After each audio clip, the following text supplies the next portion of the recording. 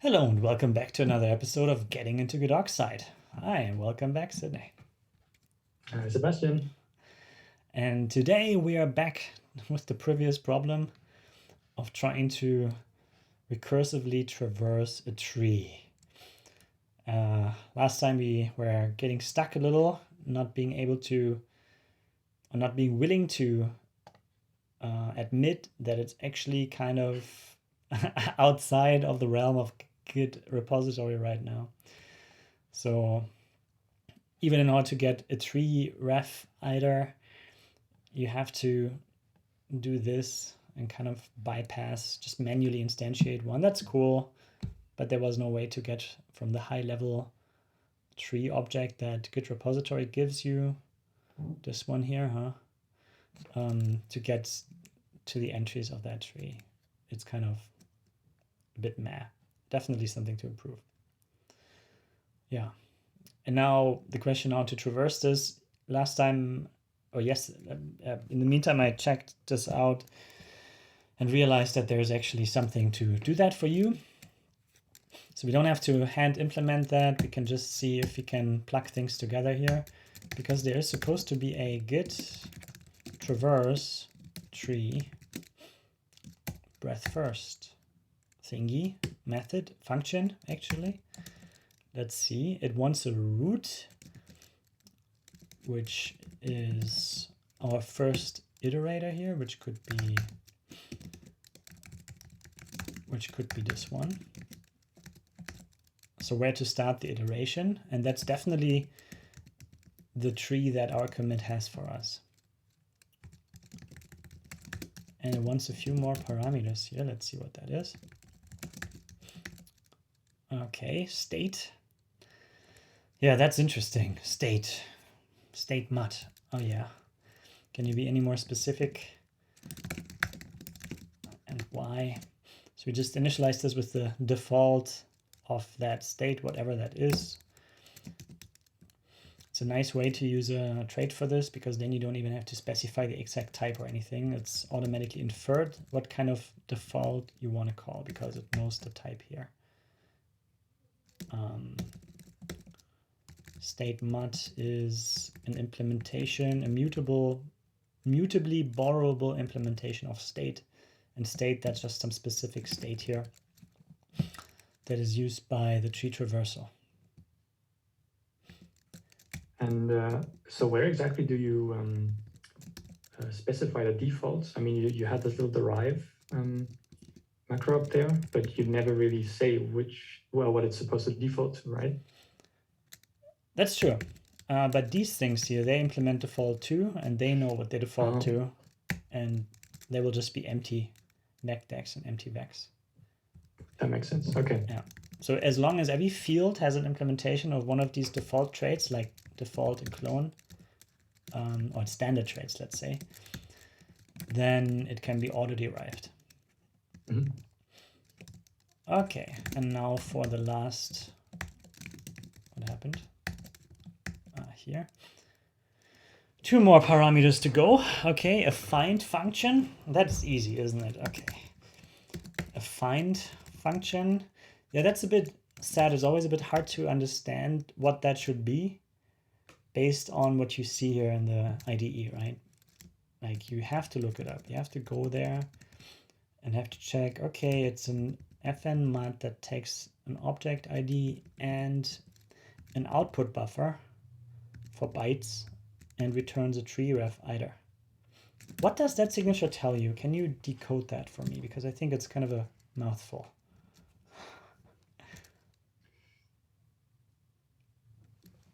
That looks like, so it takes an object ID and a buffer. So is it then decoding something in that function?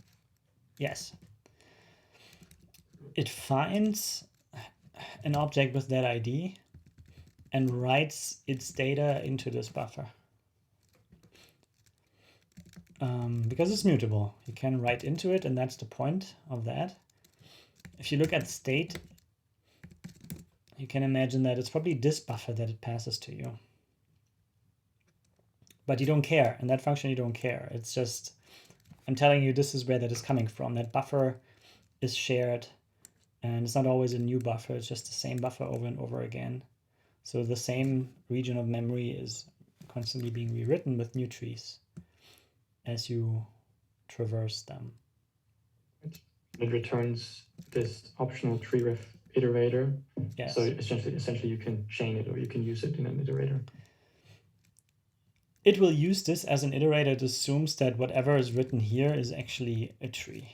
So this is really find, it should be called find tree because it really is for, it will only pass object IDs that are trees. That's the point. Mm-hmm. But you don't care. You just say, okay, I trust you. I just give you a tree ref IDer. It's optional because it could be that there's an error reading, you know, file corrupt or something like that. Can't be decoded. I mean, that's would be really rare, but whatever, bits sometimes get rotten or whatever. Or that object legitimately does not exist, which shouldn't be, but could be, right? You can always write trees that refer to something that really isn't there or isn't there anymore. Possible. So if that happens, then the algorithm will just bail out and stop the traversal, but it's an option. You don't have to make this up, so to say. And what do the lifetimes tell you here?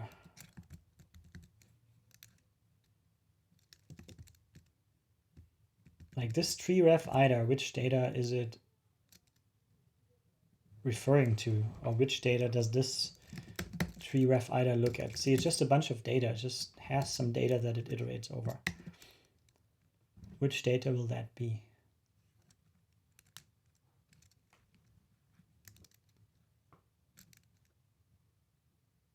Oh.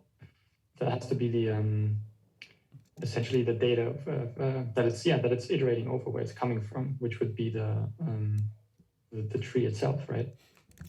The data literally is this vector here. So that function will write the tree data into this vector and will then instantiate a tree ref IDer on that data that it has just written and return that. And you know this just by looking at the signature, because the lifetime here connects this with that. Yeah, okay, now I get it. I was thinking of it the wrong way around, essentially. But okay, so the entire data for the iterator is in this state object, basically in this buffer. Yes. And that's what it's returning the iterator for. Okay. Yes, yes. And that's all. You might say, okay, why does the caller, the callee have to do that? Because it's really just instantiating a tree ref IDer from bytes like we do here. We do that already, right? So it's calling this on data, on the data buffer. And it's a, you know, I totally agree. I mean, I have nothing more to say about that than it could also be this, because really what this return value is supposed to be indicating is if there is an object or not, if that object was found or not. So in essence, it's a Boolean, right? But that's not telling very much. And an option of unit, yeah, I mean, yeah. And this is, I guess, why it says, okay, this is saying everything that is relevant here. And most object database, I mean, all object database implementations, they have functions to directly get a tree ref IDer and do all the type checks and so on. So it's actually easy to do that, right? So it's not extra effort. You don't have to do that manually or so. And this is why it just leverages this and goes with the most elaborate, let's say, return value that tells more about how this is going to be used. Yes, this is the find function. Something to remember is this for syntax here. This is, as far as I can tell, as far as I know, only to make a lifetime available in this context. So this is not a lifetime. You could do this, right? But that's not the same. That's not the same. So in order to have a lifetime that is only local to that particular function type, then you need to use this for syntax here. Okay, that makes sense. And if you don't have it, And if you say infer, what do you think about that inference here? Can that work or not? Probably not, right? Because there's two parameters, and then I think it gets confused. Yes, exactly. It's not it's ambiguous now. Which data are you referring to? The OAD or this one? Of course the vector. Come on, object ID. What do you think? I just see references, so that's all. Says the compiler, I suppose. So yeah, here you go, compiler. It's this with that. Yeah, that's also pretty cool that you're able to do that, and this is how you follow the data through the references and yeah, lovely Rust, but also a bit more elaborate, I guess. Okay, so let's try to do this. Let's try to do a function that is an object ID and a buff, and we return, let's just return none all the time. Let's see if that works for us or not. And then last we have a delegate, so something that implements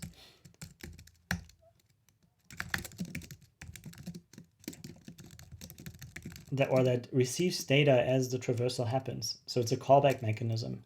Instead of collecting the data for you and giving you some potentially big array that needs allocations and this and that, it calls you and you decide what you want to do with that, so that you can be totally allocation free, right? And this is a high performance traversal implementation because it doesn't allocate for you. It doesn't force any additional work on you.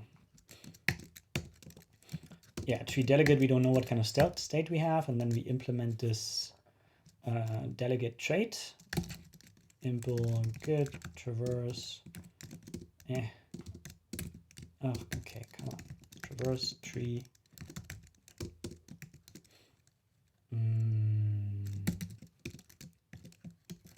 Yeah, it's visit. Okay, it's V for visitor. So we implement the visit trait for tree delegate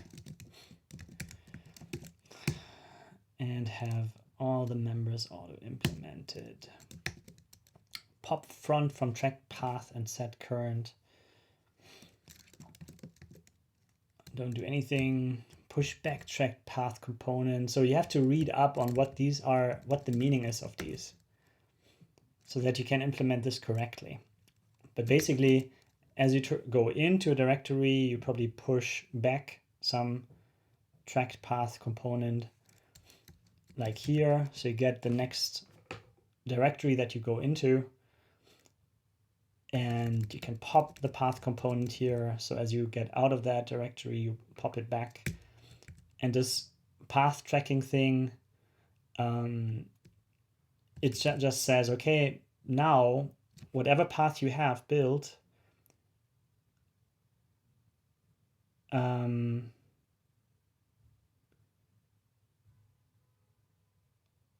whatever path you have built, pop that. I actually have to see how to actually implement that. If we would need that, I don't think we do.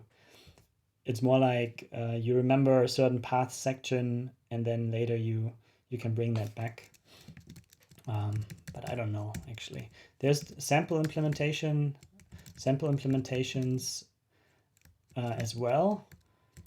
There is this recorder here.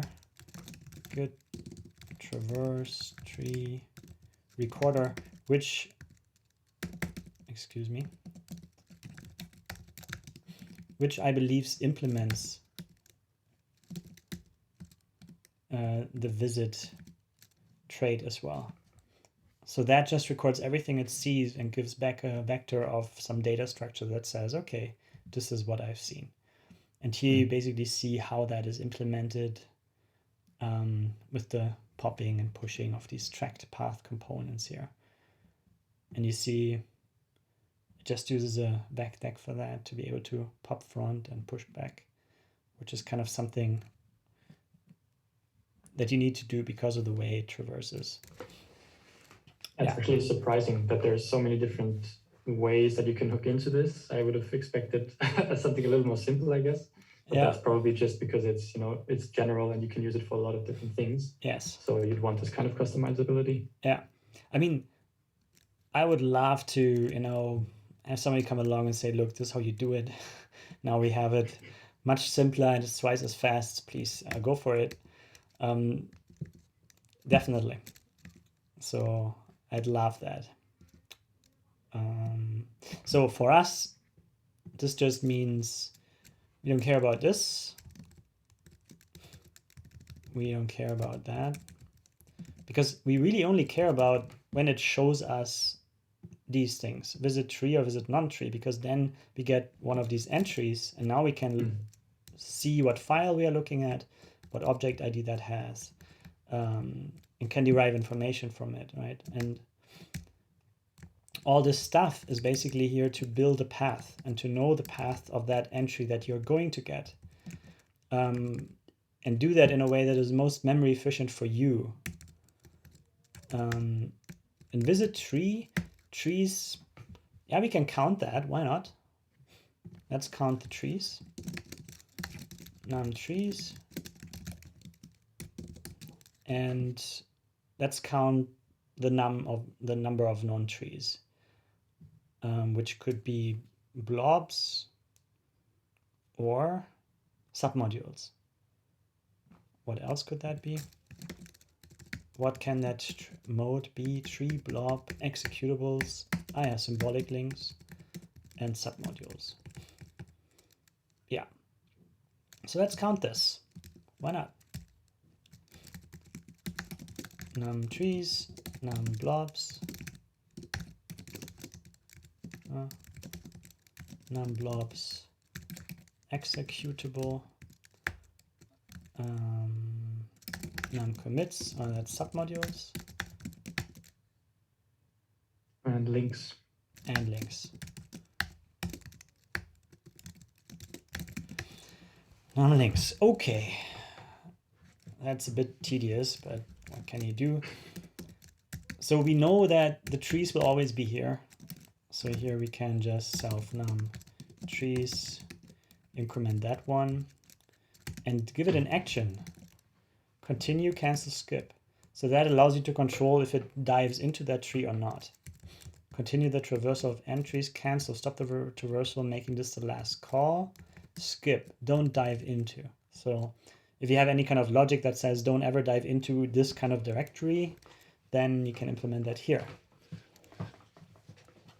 And being able to do that is super important for efficient pack building, for instance. So when building a pack based on the differences between two commits, this is the code that gets called. Yeah, lets you skip entire things because you don't need to compare them now. Yes. Okay, so action, continue.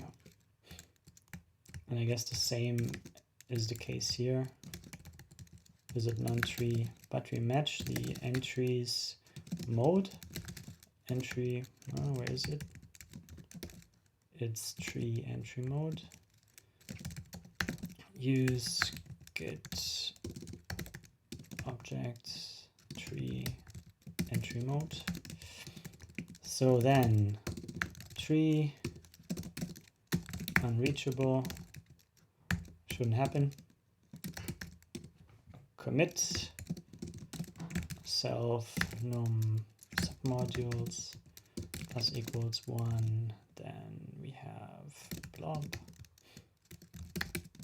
num blobs, blob executable, num block exec, and links.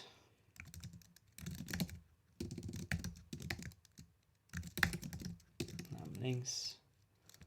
And that might be it. That looks good. I mean, Rust would tell you if you're not exhaustive, but somehow I felt the need to look at it myself because I couldn't believe it. Just 5 different things. It's fun because this is a peculiarity of GiG-05, because in Git this is just a bit mask. So you get, I think, 8 bits here, and depending on how they're set, you can derive whether it's executable or not. So there's an executable bit that is set. you see here, this is how these are implemented, right? So it's a way to write an enumeration where you say the values should just be known, in this case 16-bit values, and this is just a bit mask ultimately, but that's the only ones that matter, and this is why we just know them specifically and don't allow anything else here, and there's really nothing else. So that's cool. And just then, otherwise you would have to deal with bit masking here, and that's kind of unrusty and also not necessary if you have 5. So yeah, that's another thing. Okay, now we would be able to use this. So let's have a mutable version of this. What do I call it? Tree delegate. Default. Derive default. Now I feel it's a bit crowded here. Let's just move this out of the way. Not visit. We can call this tree.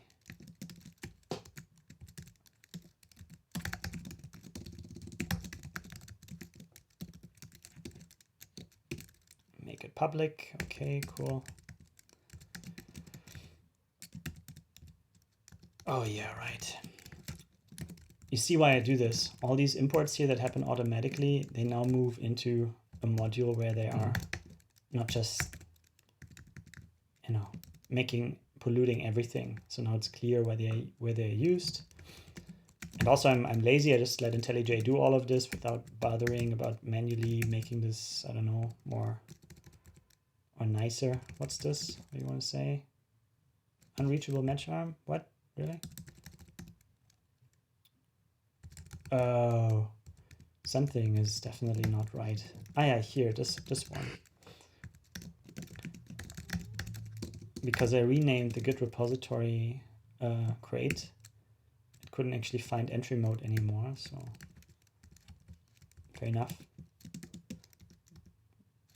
Oh yeah, Git repository. So now my top level Git import here, I don't have it down here. That's probably one of the disadvantages, that you always have to redo this. Yeah. Okay, fine. Now it's back to where it was. Okay, so that's the kind of code you would need to write, and most of it is boilerplate, as you see here. All this stuff boilerplate, but I just want to see how that feels to do it in a way that allows us to ignore the algorithm itself and not think too much about stuff. So let me pass in the delegate, and that should actually do an iteration here. It will return an error, so let's see. Let's see what happens. I will just build this. Let's see if it builds at all.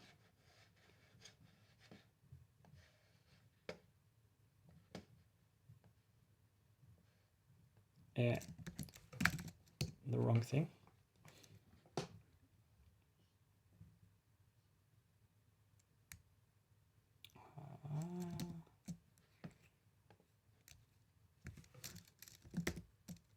Oh yeah. Git traverse, it couldn't find that because, oh, okay. It's actually behind the feature toggle, this Git traverse here. Which I can't set because here I just get the default features of my parent crate, which is Git repository. Let's see if I'm allowed to use the crate directly, and I am. Good, so that's our workaround. I do hope I am, because there's still a chance that I'm not. Oh.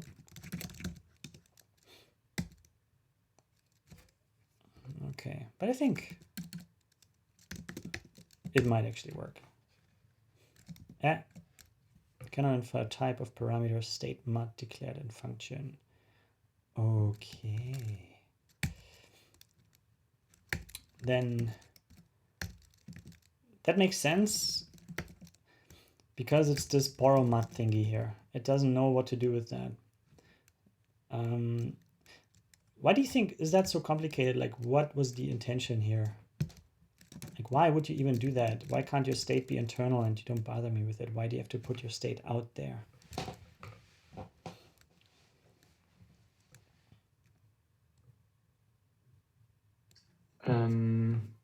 That's actually a good question. I'm not really sure because you're not accessing it from outside, right? You're only accessing it from the inside. Yeah, look at that. It's private. Like all these fields, they're private. You can't do anything with them.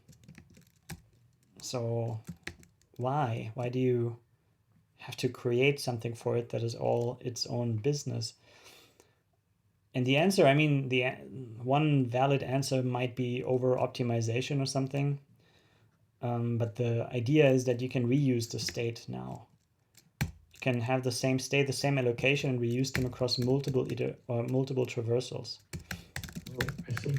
Because you create the state here, and with that trait, I will show you what that trait actually does. But let's first try to get a tree traversal state.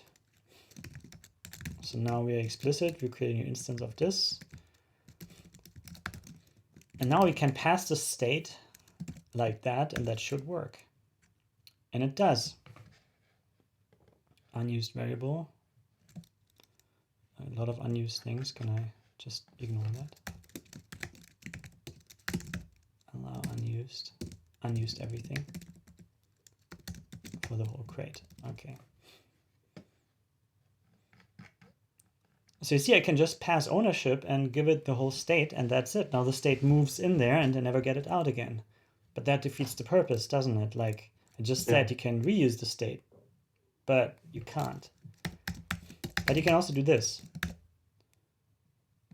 And now you can reuse the state. You see? That makes sense. Absolutely, yeah. And that's the magic of borrow mut, because borrow mut says, I want something that I can mutably borrow. And if you have a mutable reference already, then that's already it. That's already all you need. And that will work. But also if it's owned, you can also mutably borrow an owned thing always. So using this syntax here, it's basically a struct with a generic, right? But you could also just write it the usual way, I'd say, like a reference and a mut keyword. Yes, you can do this. But now the user is always forced to write that. Like now you have to do it like this. Whereas most people probably don't care about that. See, now this doesn't work. So it's kind of an admission that most people will not actually use this. And it comes at a cost. So now we can't do default anymore because it doesn't know. If you would have this, it would know what to default to.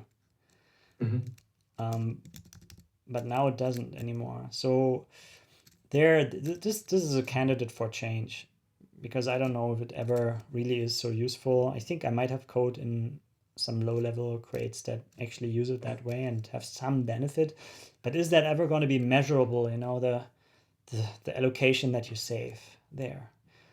But I guess because these are plumbing crates, they really just try to give you the tools, and that makes it a bit more complicated. But you can save this cycle if you want to, and I guess that's what it tries to do there.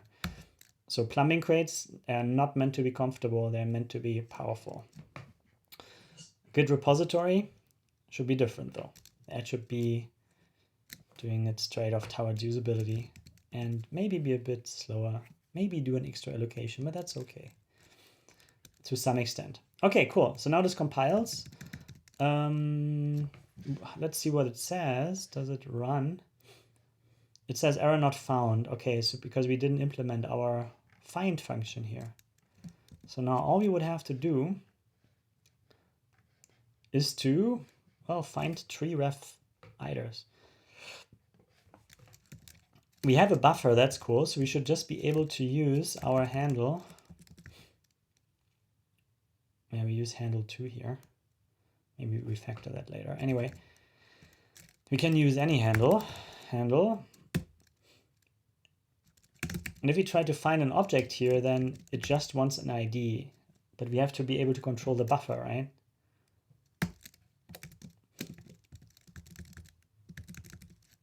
Like we have to make that find object thing use that buffer and not its own buffer. Oh, yeah, I see. Of course, yeah. So now we would be in trouble because now that extra abstraction layer actually takes away capabilities that are usually there. But not really, because you can just use objects directly and then have the lower level, one level lower, just like everybody else. And here you can also find tree iter. Look, there's already a function for this, which takes exactly what we have here. Look at that, ID buff, and we are done. So now I just ignore errors and say, okay, do this. It doesn't like it though, because what? Because how is this implemented? Interesting. Oh yeah, right. Yeah, that's the okay. That's fair. That's very fair. So this function here, or this method, returns my object, but also an optional bundle location. So if this was a pack found in a pack, it gives you information about the pack that it was found in. This is a very specific low-level thing that is needed only for pack building to be a bit faster. This is why this exists even. So no need for us, no need. We don't care. But IntelliJ has automatically imported git pack find extension, but you want git odb find extension. And this does it correctly. This does what we want. So the higher level find does exactly what we expect of it. It tries to find an object. If it's not there, it's an error. If it's there, it's good. But if it's not a tree, it's an error. So it basically boils down everything to an error that doesn't give us the right object type. But if it is the right object type, we get the tree ref iter, which is exactly what this thing wants. Okay. So now if I run this, it should not only compile, but also run. That's nice. So now we just have to do some labor work here and print the information that shall now be contained within our delegate. Gnome trees. Delegate. Hey, okay, I see.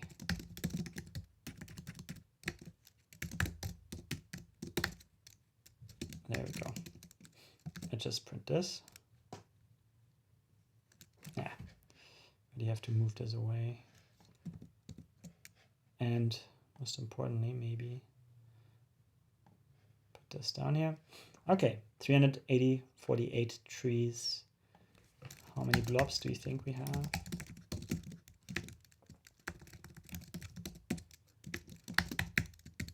I say 500.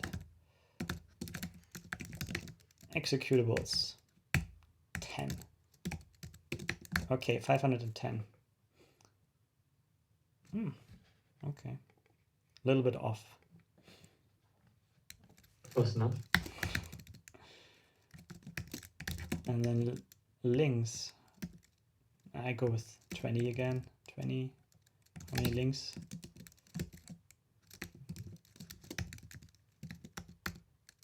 You don't want to bet? Say 50. 50, okay. What did I say? 20? Submodules. Okay, here I say 0. So 20 and 0. If I were you, I would go with 0 too. Yeah, okay. 6. Okay, I had 20. That's also pretty far off. Okay, so I don't know my project, that's for sure. And that's just one tree, and now we could, of course, do that over all trees there. And looking at the time, I think this is something we can do in the next episode because we could see what the trends are. Is this going up? Is this going down? What's the average? I don't know. Do that for every commit in the history. And then we get into some interesting area where we would say, yeah, we want to parallelize that, maybe multi-threading, because that seems to be very easily multi-threadable. And then using GiG-05 and using Rust, then it starts paying off. Only then. Because yeah, before that, I think you can do the same things similarly, a bit slower even on a single core, but still you can do that in Git too. And maybe the API right now, most likely, is nicer to use, but it's also likely to be slower, actually, especially Git 2, which is libgit 2, which is really not Git. You know, Git itself is super fast and awesome and everything, but libgit 2 is not. So it's different kind of comparison then. But yeah, that's how that would look like. And I think that's okay. What do you think? Something we want to do manually? Maybe we can.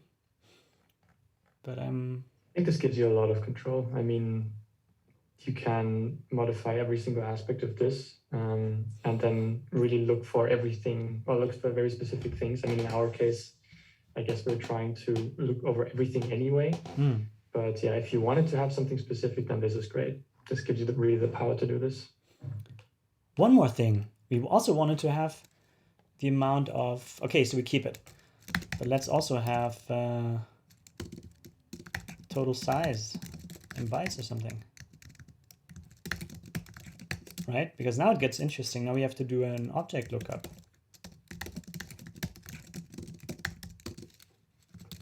Could be huge. Let's go with U64.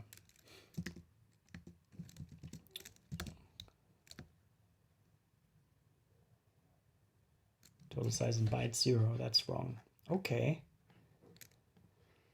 How do I do that now?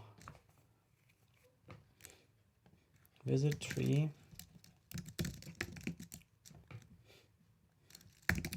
Handle. Which handle do I use here? I use handle. Yeah, you know what? Now I have to count handles and know which handle refers to which object.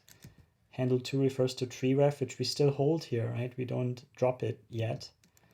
Because we have to pass this as root. So that's interesting. Now we have to keep that root object alive just for the first traversal. That's a bit of a pity, I think. Like, it's a bit meh. Now the caller must have a buffer just for that object. So maybe that is something. Yeah, I mean, it operates like this. But maybe it would be possible to also just make it so that it looks that one up as well. And then, yeah, maybe there's a double lookup, but maybe not. It feels like this is kind of an oversight. But anyway, which means in order to access objects, we can't pass handle. We can't pass handle 2.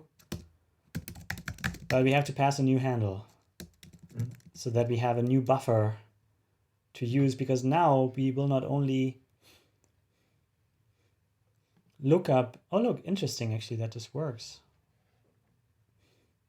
It's interesting that this works because handle is also used, I thought. Oh no, that was just temporarily used, I think. Isn't that the object ref somewhere? Handle, see? So handle had, maybe it's not used anymore.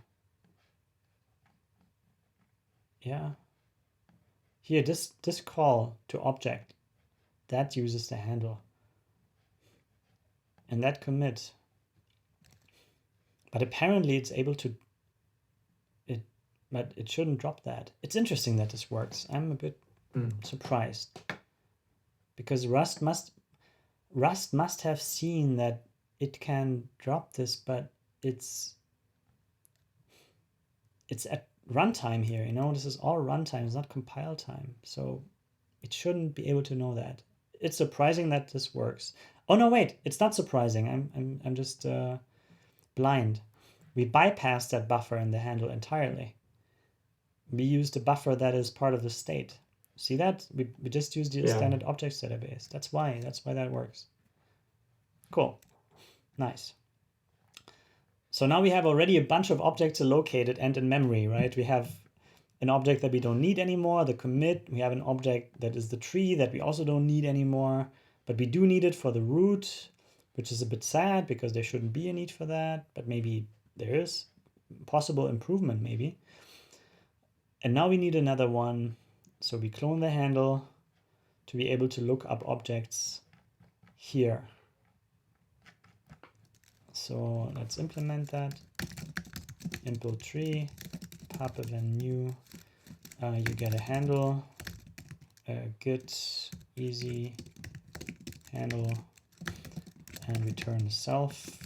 And then we go with tree. Oh yeah. No, I can't go with default anymore. Because now we have to store the handle. Let's call it repo here. Also something, you know, when you find yourself renaming this, is it really a repo? Is it a handle? Is handle too generic? Because what is a handle really? It's a repo for all purposes. Get easy handle. Oh, handle. Yeah. I think that says it all. Handle is good enough. Okay. I guess people, I mean, it's something to figure out for sure. Like, what does it want to be?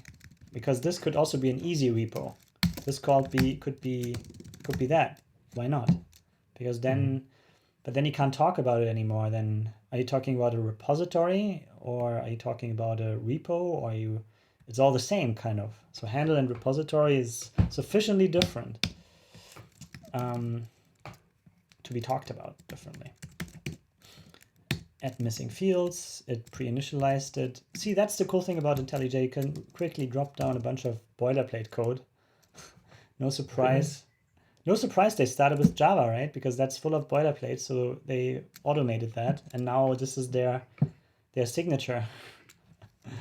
Now every language they support allows to write that boilerplate that kind of exists everywhere to some extent. All right, and handle.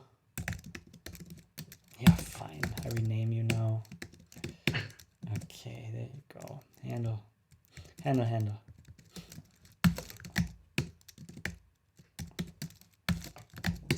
I refuse. Let's rename the other one. Okay, now we have access to what we need to not only count blobs,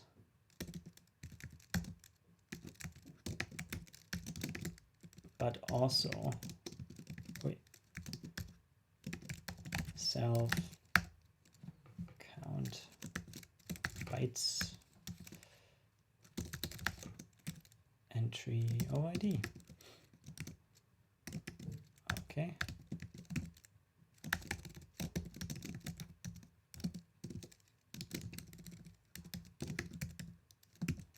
Like this.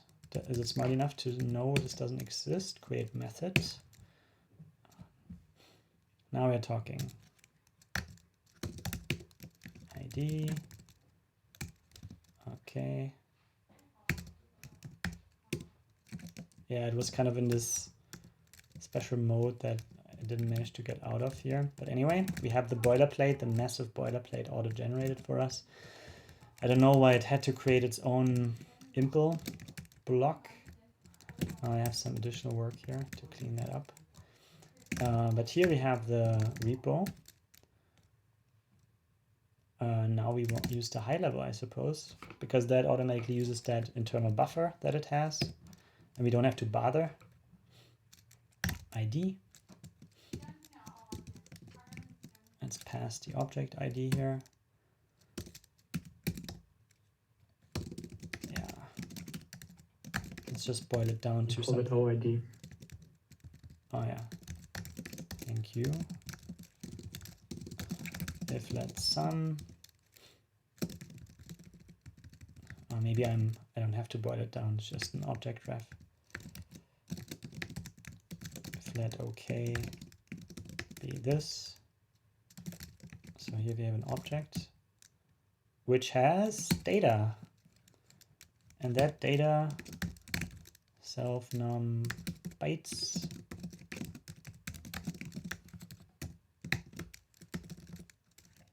And what's your problem? This is the problem. Okay. And that's the implementation. Now we should be counting bytes for blobs and for executables, which should be the only thing that matters for this. It compiled successfully, and we have 4.7 megabyte in the most recent tree. Not too bad. That's pretty cool. So not too hard to do. We completely decoded these objects. This is also debug mode, you know, so these object counts, they're still too laughable for any computer. So we can have a Zoom call, and we can record this with OBS, and we can compile, and we can run debug code that is super slow and still see the output immediately, no problem. So running this on the Linux kernel might be a bit more interesting. And maybe this is something we can just do. Can we do this quickly here? Git repository, cargo, build, release, example, stats. And then we echo the executable, which is in target.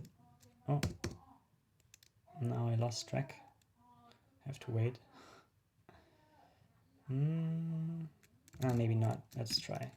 Release stats.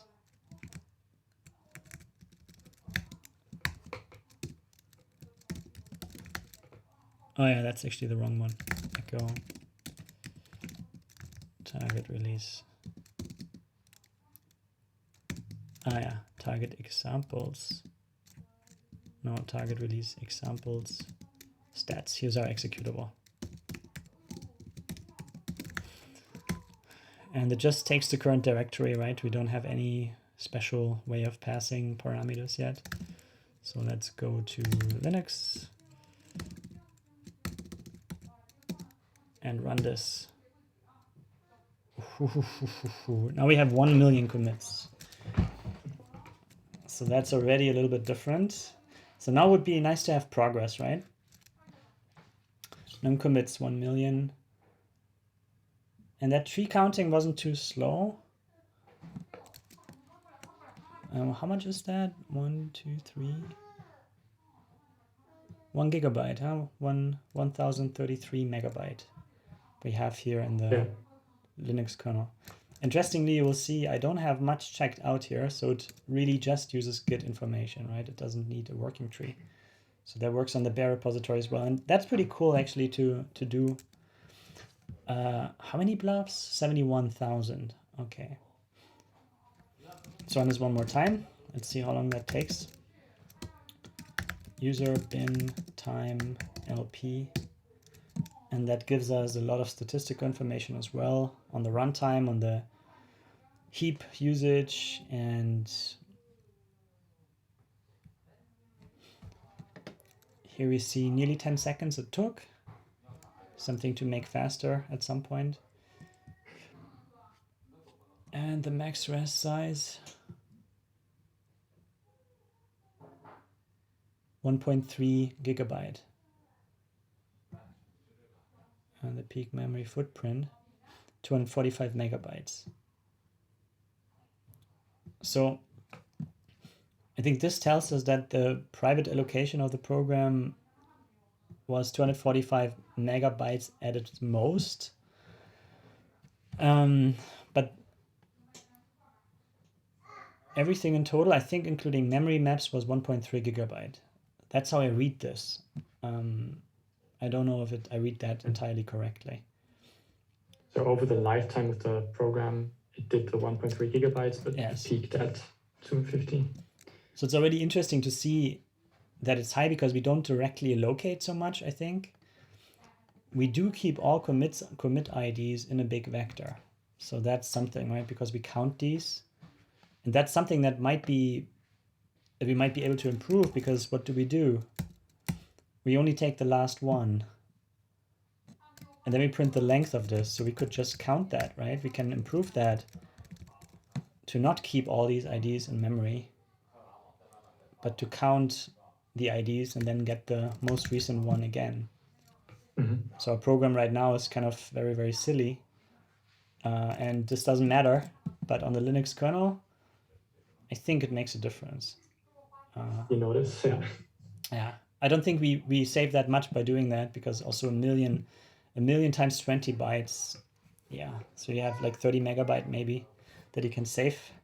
So not a huge amount, but it's worth thinking about it. And all the other stuff happens somewhere else, apparently.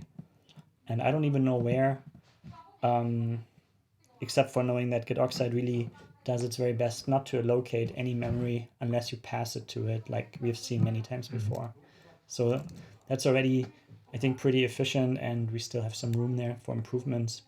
Also, in terms of speed, we can be faster, even though most of the time is definitely spent getting these 1 million commits, which just takes time because you can't parallelize that, and you're just as fast as your object database is.